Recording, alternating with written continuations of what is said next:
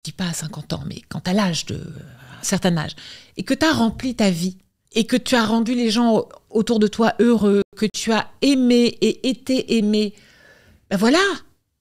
Est-ce que la mort est si effrayante que ça? Est-ce qu'il y a des certitudes que tu avais, que la philosophie t'a appris à remettre en question? Bah, écoute, par exemple, des certitudes. Moi, j'avais pas des certitudes, mais j'ai été élevée, j'ai reçu une éducation religieuse, chrétienne.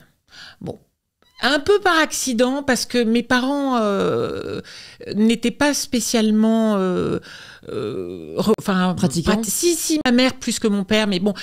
Mais disons que ça s'est fait parce que j'étais en Suisse pendant l'adolescence et que mes parents voulaient, enfin ma mère voulait que j'ai un bac français. J'étais dans une école à l'époque où c'était des bonnes sœurs. Bon. Et donc au début, moi j'étais certaine que Dieu existait. C'était une croyance, mais moi, on la faisait interpréter comme une certitude. Voilà.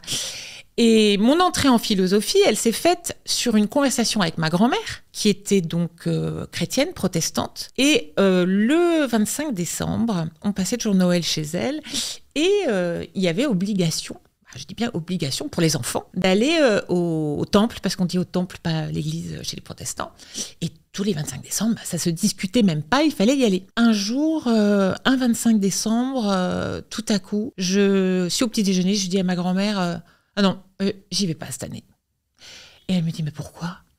Et je lui dis, je sais pas si je crois toujours en Dieu et tout. Elle me dit, écoute, elle était très, très, très intelligente, ma grand-mère.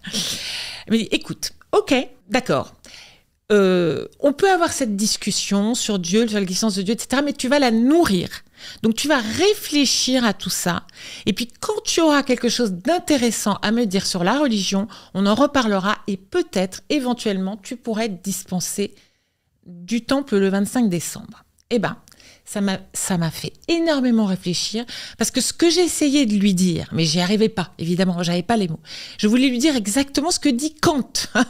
C'est-à-dire qu'en fait, j'avais l'intuition, mais comme une môme, comme une ado, que on pouvait très bien être moral, gentil, faire le bien autour de soi, sans avoir besoin de passer par Dieu, et qu'on pouvait même ne pas croire en Dieu, parce que je commençais à avoir des doutes. Mais je voulais quand même dire à ma grand-mère, tu sais, je suis une bonne fille, je suis bonne, j'ai des bonnes idées, j'ai des bonnes intentions, et pourtant je crois pas en Dieu.